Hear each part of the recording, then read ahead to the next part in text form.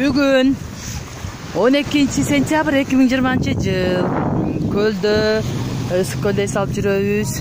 Нирмана токос Далинкада Рахат деген пансионатта эс алып атабыз. Сон кен көл туп-тунук. Мынакей көл суусу туп-тунук экен. Канча ыйрап чыкабыз. Канча соннай. Судан таштарды карай Мика. Кіміне жылтылдайып қой.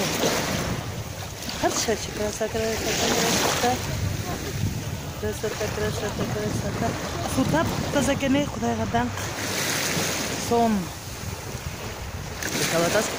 Құдайға даңқ. Мира. Сіңді қалатас.